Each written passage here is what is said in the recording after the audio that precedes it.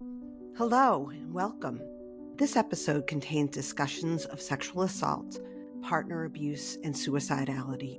These are deeply sensitive topics that may be distressing to some listeners. Please take care while listening. If you or someone you know is struggling, resources and support are available, such as the 988 Suicide and Crisis Lifeline. Thank you. Welcome to When Not Yet Becomes Right Now, the podcast where we dive deep into the moments of transformation, the times when not yet shifts into right now, and everything changes. I'm your host, Jen Ginty, and this podcast is all about those pivotal moments in our life journeys. You know the ones, when the hesitation fades, when we take that first step, even if it feels like a leap. It's in these moments that growth and healing begins. Each episode will explore stories of resilience, moments of clarity, and the sparks that ignite real change. From personal experiences to expert insights, we'll uncover how people navigate the complex journey we call life and come out stronger on the other side. Whether you're searching for that spark in your own life or just curious about how change unfolds for others, you're in the right place. We'll discuss the ups and downs, the breakthroughs and setbacks, and how to embrace the right now, even when it feels out of reach. Because sometimes the hardest part of the journey is realizing that the moment you've been waiting for has already arrived. So take a deep breath, settle in, and let's get started. Welcome to When Not Yet Becomes Right Now. Today I have a special guest. Her name is Caralyn Dreyer, and I'm going to introduce her before we talk. Caralyn Dreyer is a single mom who has overcome a lot of trauma. She grew up being adopted and having to adjust to living in a predominantly Caucasian town. She had experiences with being bullied and dealing with racism. During high school, she was social but struggled to feel like she fit in and developed an eating disorder. During college, she experienced not fitting in due to being biracial. Caralyn experienced multiple traumas and was involved in an abusive relationship where she suffered from many forms of abuse. In adulthood, Caralyn has learned to live with anxiety, depression, and the aftermath of trauma. Welcome, Caralyn. Hi, Jen. Thank you for having me. Yeah. So let's get into it. It sounds like you've had a lot of barriers to jump over since early in your life. Could you tell us a little Yes, bit more? yes, absolutely. So, as you mentioned, I grew up in a small town. It was predominantly white. I was adopted. I'm biracial. So that raised like kind of a fractured foundation that, as I continue to talk, we'll kind of see how that plays out. But just with like self-identity, not feeling like accepted by other people, mostly because of my race. But other than that, it was a normal childhood. I have a couple younger brothers, an older sister. We went on family vacations. So a lot of the stuff that I started to go through was more like a personal thing. It wasn't necessarily like a family dynamic or anything like that. Um, so yeah, elementary school was a little bit rough. There was the bullying, as you mentioned. I was called the N-word Mm. in fourth grade Wow. already. Yeah, in fourth grade. And I believe it might have been the same girl who also told me that my skin was brown because I would bathe in mud. Yeah, How ignorant. I know it's a child, but where does exactly. that come from? Where does You a girl know, find that? Think of that. absolutely. And, to the defense of like the small town thing, especially if there's not a lot of diversity, I'm sure that that girl didn't know any better, for lack of a better way to say that, but that stuck with me for the rest of my life. And I definitely developed like more of a complex about my skin color for sure. I just always felt like the spotlight was on me. I never knew if the kids were genuinely being friends with me or if it was more that their parents, because I was one of few minorities, sometimes the only one. So, you teach your kids to accept others and be Mm. kind to others, but there's a difference when you're teaching your child to do that in a way that's like not genuine.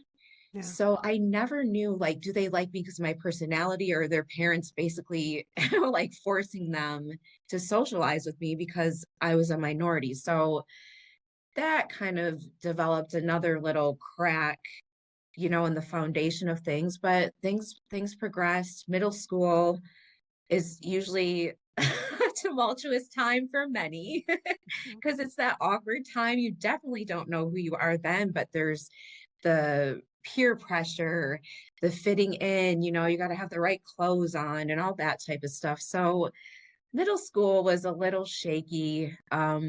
Friends, the friendship thing was kind of difficult for me. And typically, I think when you're at that age, you're arguing a lot with your friends over like silly, petty things. But I think I still was struggling with, why are these kids nice to me? Are they really my friends? So I think that from elementary school, that just it never really went away. So we get to high school. High school was so so. Um, I never really had problems like making friends, despite, being bullied and all that stuff. I was a social person. So high school was okay, but I did encounter uh, a dating relationship where the boy had to break up with me because his parents didn't like that I was biracial because he was white. And actually, I believe he was Mennonite also.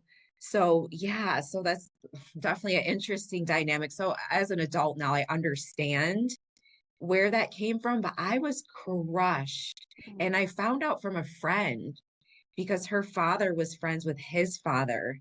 So that was even worse. I didn't even hear it from him. Wow. Um, but that was a moment where I kind of bonded with my mom. She grew up similar to me because she's Korean. Okay. So my father's white, she had white boyfriends in high school. So she could relate to me on that level. So it was nice to have my mom to be able to understand because my friends didn't understand. Mm. Most of them were white and they weren't, you know, interracially dating either. So it was nice to be able to talk to my mom about that. But I definitely continued with like the self identity struggle. I started to restrict my diet. Um, I was never formally diagnosed with an eating disorder, so I will put that out there. However, I have studied psychology. I'm not a therapist, but I do know that I had serious body image issues back then. So I was restricting my diet, barely eating. Um, Eventually that progressed into purging, but the interesting thing is, I didn't ever binge eat per se. I would just purge after just eating like a regular portion of food because I'm like, oh my gosh, that's going to make me get fat. When I went out on dates in high school, I would only order a salad. Like I never wanted to eat in front of anybody. So that progressed. I don't think it did too much damage, like physically, not that I could see, we'll say that. But it was like a secret that I carried around. Obviously, I didn't tell people. There was a point where I shared it within my youth group. Um, but as far as that goes, I never really got counseling for it. It carried off well into maybe like my 30s. I'm 43 now. Definitely I'm better. I have progressed from that. But it was something that I always struggled with. So we have that added to like the racial thing. So then college, I was so ready to go to college because the small town was just not for me. I always wanted to be just around like more people. I knew that there was like a whole other world out there. So I was so excited for college. Definitely was ready to get away from the nest and like be able to do what I wanted to do. Um, the friend situation, again, wasn't horrible, but once again, it was the racial thing. The people who, mostly African Americans, well, you talk like you're white. Mhm. Well, it's called proper grammar. And this is a universal thing. It doesn't matter, what your race is. I'm using proper grammar, but that really, it didn't hurt me per se, but again, it made me look at myself again through a different perspective. And so I started to kind of change the way I talked. I'm sure I sounded absolutely ridiculous because it's just not in my nature to not speak properly. You know what I mean? But Yeah. I was trying to fit in. I just wanted to fit in. So college was it was a moment where I was breaking free, right? So I could stay up as late as I wanted. It was my first time drinking alcohol. That kind of turned into a little bit of a disaster. I think with a lot of girls, especially who go into college, they think that they need to change themselves in some way and they need to be the fun girl, right? Yes. So getting into, alcohol during parties, that kind of thing is what we're, quote, supposed to do to become Absolutely. yeah, to become the person, the woman we're supposed to be, right? Yes. Yeah, you're right. And when you watch movies and all these like teeny bopper shows, it's always like this glamorous view of college, the parties and the sororities and Hmm. but if you're not prepared, it can be can be kind of disastrous. I ended up being sexually assaulted towards the end of my freshman year of college. It happened at a house party. I had been drinking. I was unconscious at one point through the night. I don't remember a lot of details. Um, I just remember waking up on a bed with no clothing on. I don't know how many men were in there, but I do know it was more than one. Oh, I'm so sorry. Yeah. That was a rough time. I went to go get a rape kit done the day after it happened, and they ended up finding a condom inside of me. Wow. And talk about like an out of body like experience. And I can still see it. It was like a dimly lit room because they're talking to victims. It's not going to be like a bright room. So I just remember it being dim in there. There was couches. The woman sat down and told me the news. And that's when it really like dawned on me what happened to Yeah. me and not being able to fill in so many details. And again, knowing how the process of reporting to the police works. And then if it goes to a trial, and I just was not equipped at the time to make even a decision not to report, which is what I ultimately decided was not to report. But like I said, I didn't have enough knowledge, I feel like, to make an informed decision. But I didn't want my parents to find out because at the time think I was only like 19. That's still pretty young. It And is. I definitely went a different way than my siblings in that I just kind of was more of a free spirit, we'll say. So I just can't imagine. I don't even know how my parents would have taken that. They hadn't experienced anything like that with my siblings. So, because of that, and then, the victim blaming, the victim shaming, if it would have gone to trial, these men were college athletes, they were football players at pretty major universities. So, you have the party girl, and then you have, we know how that story goes. You have the athletes and it's like a David and Goliath thing. It really is. It's and back then, these days, law enforcement is more informed about how to speak with trauma victims. But, back when this happened to me, this is like almost decades ago. Yeah. I can't even imagine like how traumatic it would have been to have to go through the questioning and then you get flustered but it's just so I didn't report. I went to one counseling session, so that was definitely a not yet moment, Yeah. but I was still young. I didn't want to face it. I wanted to put it behind me. Life kind of went on, but it was a little bit of a mess. I got alcohol poisoning soon after that, almost died from that. The paramedics couldn't find a heartbeat when they came to get me. um And then there was a suicide attempt shortly after that because it just was so much in the shame and the guilt and is anyone going to believe me? And it just was like, it was too much. It was too much. And the love that I knew other people had for me was greater at that moment than my inability to see hope. Yeah. Right. So I guess there was a tiny bit of hope in that I knew that there was people who would miss me when I was gone and who would want me to stay around. So ultimately, obviously, I'm still here. But Thankfully. yes, yeah. So there was that. The shame, the shame. This is the emotion that comes up so often when we start really diving into the traumas that we've had.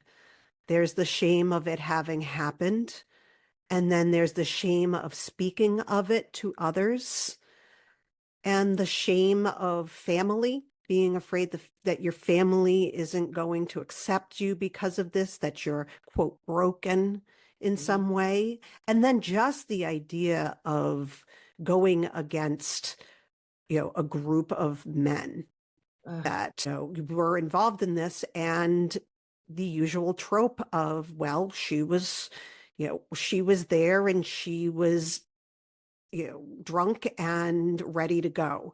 It's a terrible, terrible cycle that happens for so many women every year that there's a new freshman group of girls. These things happen because they're not discussed before they go away.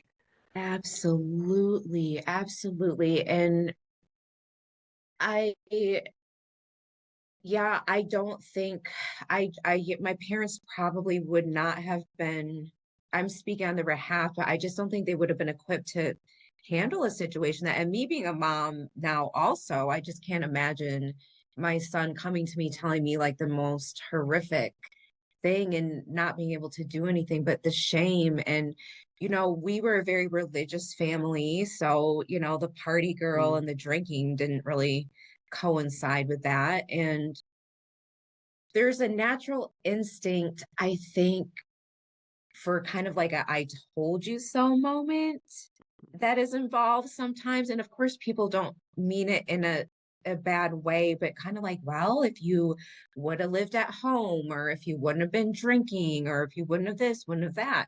Well, but we're here now. right. You know what I'm saying? So we got to focus on what's happening now. But that was a rough time. So college, I ended up dropping out and just working because I think at that time is when the depression definitely was developing, but I didn't recognize it back then. I just figured like, life sucks. I'm a college student, I'm broke, I hate classes, this and that. I just didn't really chalk it up to it possibly being symptoms of depression. So there we have like another piece of the puzzle that's kind of playing into things that happen later. And so after college, I'm just working. I end up getting into some bad dating relationships. I was involved in one where it was mostly psychological and emotional abuse, but there were a couple incidents of physical abuse. He had put his hand against my throat because I didn't speak to him when I walked into a party that we were both at. He pushed me down in the parking lot one time, and then another time he defecated on me Oh my goodness. after intercourse. Yes. Um, and this is something that I'm just now kind of like speaking out in public, I guess you would say. There's a few people who knew about it before I really started talking about it, but even myself, that's definitely all the stuff that I've been through. You don't have room to remember it anymore when new stuff comes. Yep. So now that I'm in this healing process, literally like things I forgot about, I'm like, oh yeah, we dealt with these things, but oh yeah, there's that part. Well, the absolute humiliation of something like that, and that someone would want to make you feel that way. Why? the questions come up. And again, maybe that shame comes back into it. Well, do I deserve this because of what happened to me Absolutely. before? Right? It's this cycle Yeah. of shame and self-doubt. Yeah, absolutely. And, to this day, it's like, no wonder I was walking around so broken and such a mess. Like somebody defecated on me. I mean, I've been through like other terrible things, but yeah, that in and of itself, but that just goes to show you, I think for him, it was like, let's see how far we can go Mm. because he had broken me down so much. I wasn't wearing makeup anymore. I wasn't dressing the way I wanted to. I was eating the stuff he told me to eat. I was isolating from family and friends. Mm. So I literally think a lot of it was like a sick thing for him to see, like if he could do it, because he knew he probably would talk me into it. He did. And that's an embarrassing thing, not now, but back then. Like, how do you tell somebody that and not have them question you? Like, come on, really? But yeah, really, there are sick people out there like that. And I think that's one of the reasons I went into psychology and forensic psychology is because it's helped me understand some of these sickos that I've had to come into contact with, And you that know? happens a So, lot with trauma. People will go into a specific career because of their trauma. My brother became a therapist, a psychologist after our trauma, and he works with people with PTSD. oh, And yeah, it's that extension. It's like now I want to understand it and help others. So yeah.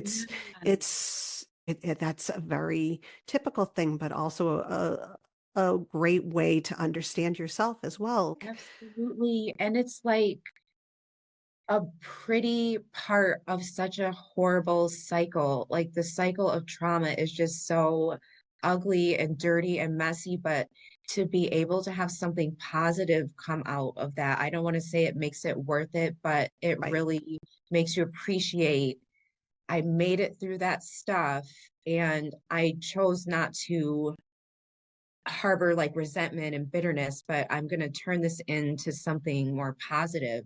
And yeah, I have noticed that I have several friends who have been through traumatic things and they did go into helping professions or just even writing books or whatever the case may be. They turned it into, like a pay it forward type of thing.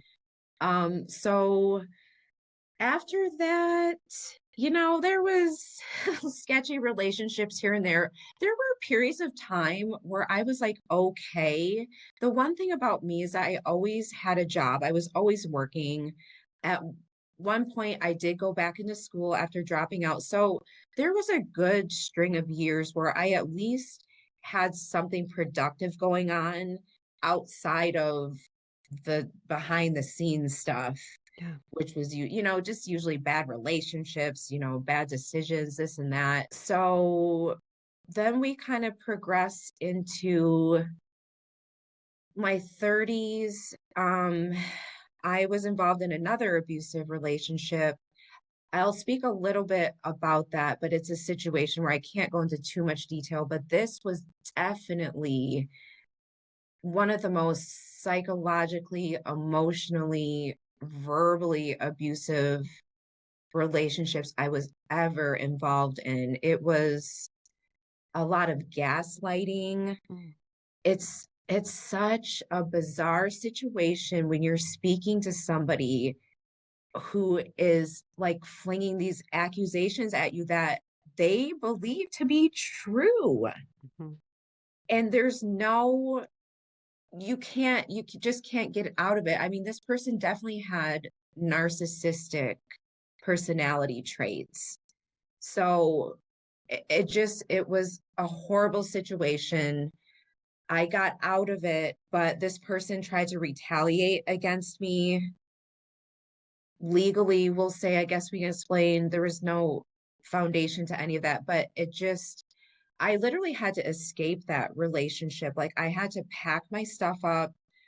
I had already arranged for a place to stay because if he would have known I was going to leave, who knows what would have happened. I honestly think it would have been a situation where maybe it would have held me captive or something like that. It just, I knew, and thank God I had friends and a support system. Like, we're here for you when you're ready. And, obviously they gave their 2 cents, like, yeah, you got to leave this guy alone. But, they were like, when you're ready, we're here to help. And so that definitely helped out a lot. But that situation again reignited the depression. And, I had experienced postpartum depression with my son, and that is a real thing. Mhm. It is, I've never really been through something like that before. I mean, I definitely like the motivation was gone. You don't take care of yourself. I mean, and at this point you have a child. So obviously I'm focusing all my energy and time on my child. But, I'm not taking care of myself, not really like brushing my hair.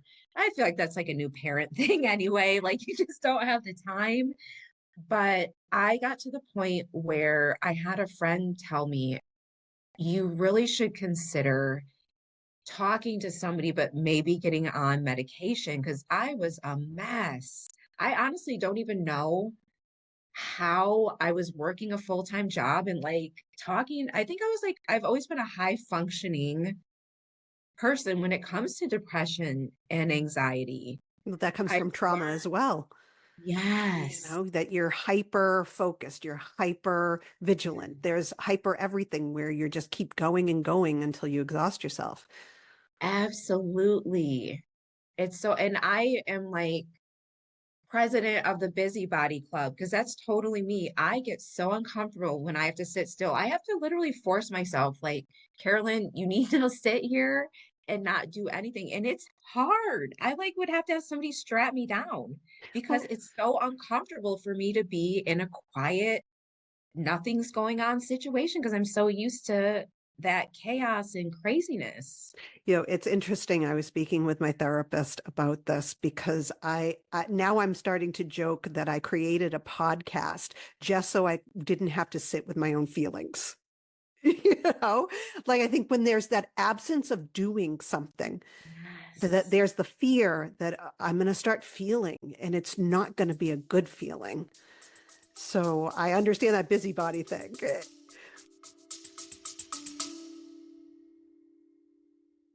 Little one learning to navigate their big emotions? Meet My Moody Monster, the pull apart buddy to help kids understand and manage their feelings. With its fun, interactive design, Moody turns tough feelings into teachable moments, giving your child a playful way to express themselves. Whether it's after a rough day or when those big frustrations hit, Moody is there to lend a hand. Perfect for calming down or even just a cuddle. My Moody Monster helps your child communicate their emotions while learning healthy coping skills. Go to mymoodymonster.com to learn about Moody today.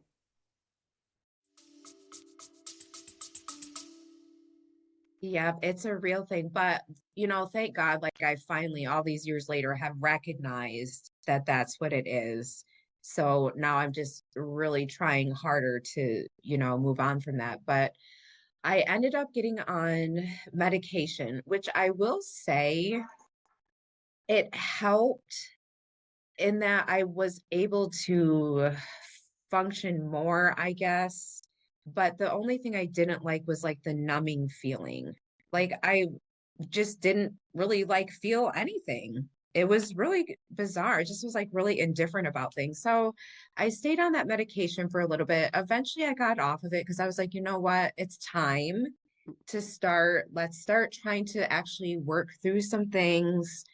So I got off the medication. Things in life were going pretty well. I had started my doctorate program for forensic psychology. This is about 7, 8 years ago. I met somebody. We dated for a couple of years. We ended up getting married.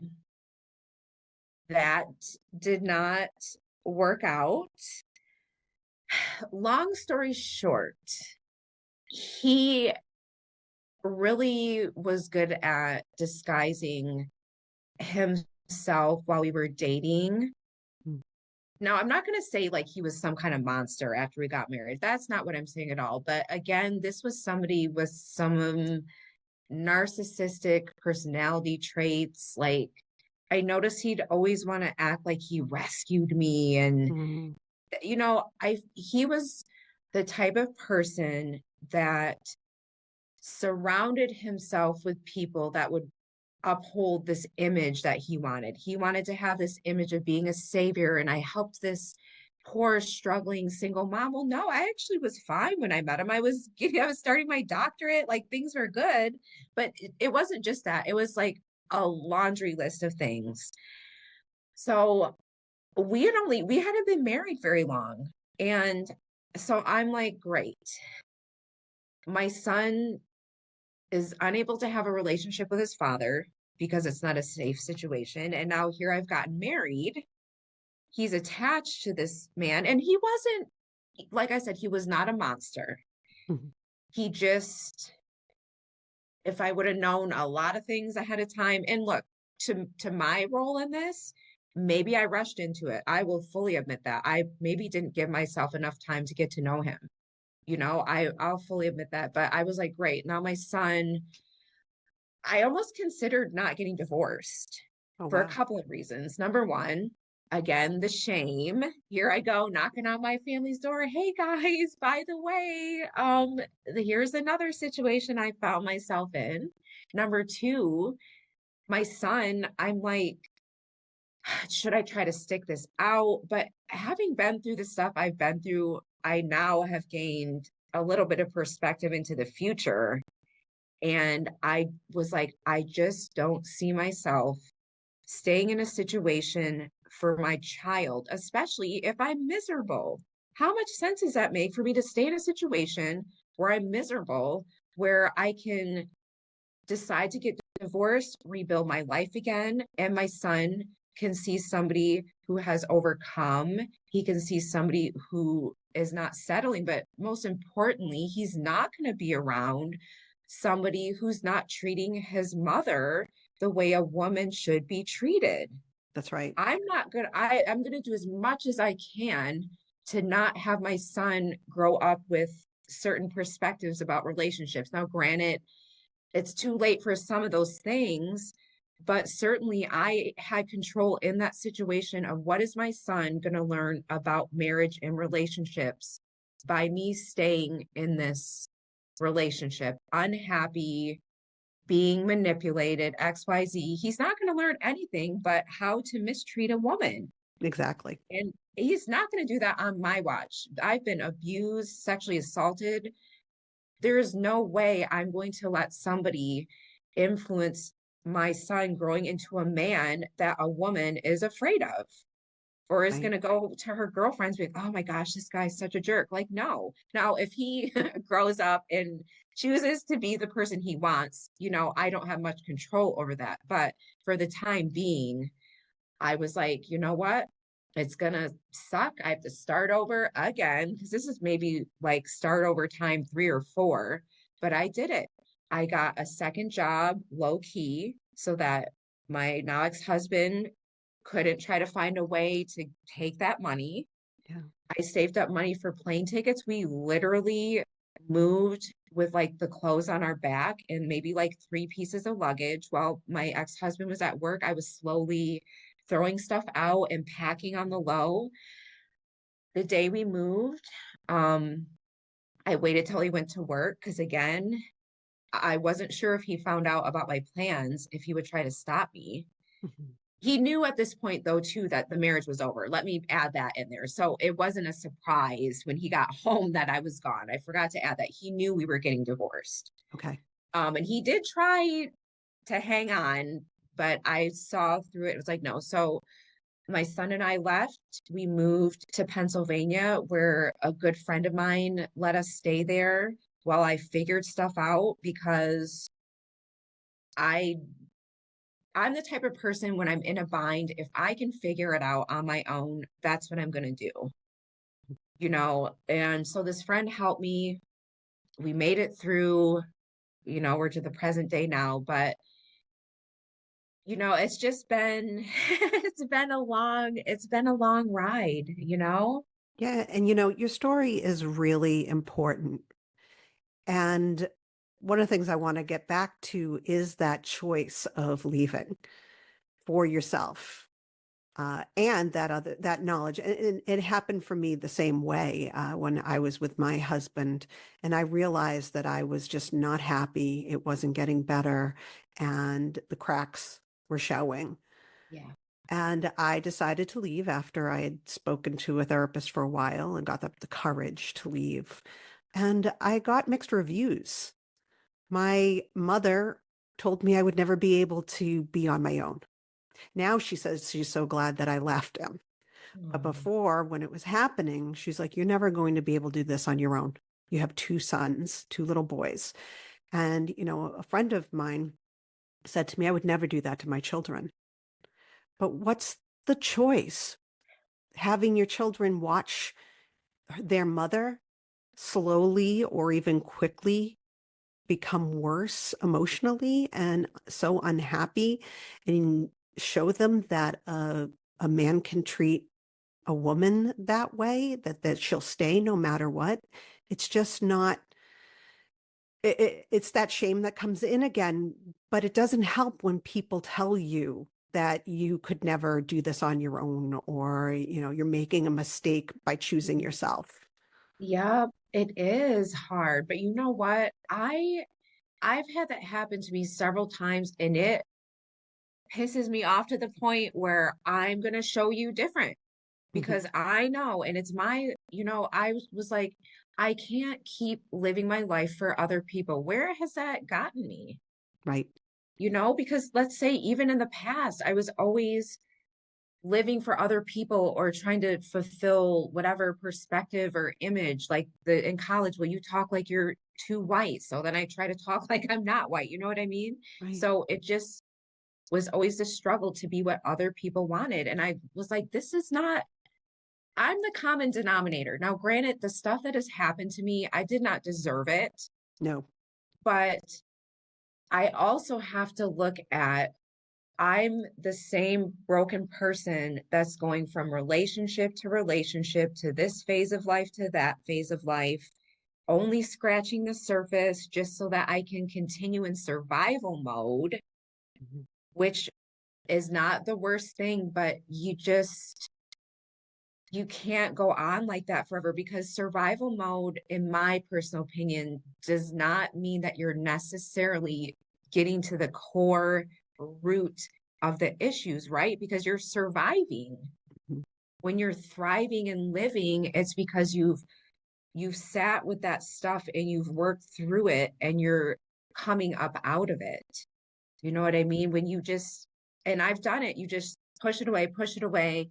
All right, I know survival mode. Let's do this. We're going to survive. We're going to survive. But eventually you have a day of reckoning, I feel like. Maybe Yeah. not that dramatic, but you have like an aha moment. Yeah, and I think people who live in trauma, who have had domestic violence and other violent traumas that have happened to them, we are in survival mode. Our bodies, because this is complex PTSD, it changes our bodies, our body chemistry, our neurons, our pathways. And so we are constantly in survival mode. It doesn't change, right? Right. And we have to make decisions to help ourselves at Yeah, least lessen the feeling of survival mode. absolutely. Yeah, absolutely. And you're right. I think there are parts of survival mode that I will never, it's always going to be there. But at the same time, with the just like depression or anxiety, yes, I'm allowed to lay around in bed all day because my depression's hitting me hard, or I'm allowed to, I don't know, be hyper because I'm so full of anxiety. But just because we're allowed to feel those feelings does not mean that we don't have to be them. They Hmm. don't have to become our identity. And that's something I've really been working on is letting the feelings come, sitting with it, and then just letting it flow out because I have still have so much stuff to unpack. But even after like this year, I feel like so much lighter already. And it's such a weird thing to explain, but I literally can feel I'm letting go of things. And like I said, now I'm having memories of stuff I forgot about that I still need to deal with. But it's allowing these things to come to the surface like a lot easier. And I'm developing the skills that when they do, I maybe don't have to like spiral. It's going to happen. It is. There's Hmm. no way around it. It's going to happen. But I'm at a place now where I know how to fight harder to at least maybe lessen the blow, if you will. Like maybe instead of being out of commission for a week, it's only for like a day or maybe even a couple hours at this point? Right. And I think that's important when we talk about building a coping skills toolbox for ourselves, that it's not simple to do this. It takes a lot of time and you go through a lot of different coping skills and figure out which ones work for you, right? Yes. But putting in that work helps to alleviate. Like you said, maybe I'm not depressed the whole week. There are a few days that I feel it, and that's okay. I Yep. can give myself grace, but I can Yeah. also pull myself out of it because I have these skills that I've learned and are now rote for me. Yep. Absolutely. Yeah. You definitely find out things that work for you, things that don't. Like, I really can't meditate. It kind of, I can't I either. feel like makes me overthink like even more, but like I just sit outside. I can sit outside for hours and hours and hours, literally just sit there and not be doing anything. But that's like my release, or you just learn, like you said, different ways of coping. It's just all, it really is all a learning process. And you have to have intention and purpose. Like I have to intentionally in the morning, maybe more so than other people, I really have to like get it going and light that fire under myself. Because you fight those, I don't like to say demons, but you just fight those things that tug you back into Yeah. the past. You can fight them like every day, but you have to keep going. And when you look back and you're like, oh, I made it through that. Well, okay, a couple bad days, like honestly, in the bigger picture, it's a piece of cake. It doesn't seem like it at the time, but Right. you know, But it gets easier. yes, for Yeah. sure. So you're doing forensic psychology, right? What is that? Well, I have my master's in forensic psychology. Unfortunately, I've never been able to work in the field because when I had my son, the plans changed, but forensic psychology is basically psychology and the law like mixed together. Okay. So it's just like you can use the forensic psychology to explain criminal behavior. You learn about, how to assess crime scenes, and based on this crime scene looking like this, what type of criminal maybe did it. There's the assessments of people being competent to stand trial. There's like so many different things. I don't regret things, but I wish I would have known about forensic psychology in undergrad, Yeah. because I think I would have just gone down a whole different route. Like forensic accounting is like so interesting to me. Like just the whole, I'm an investigator. I Right. love to investigate like anything. Do you So, think that you went into it because of your past experiences?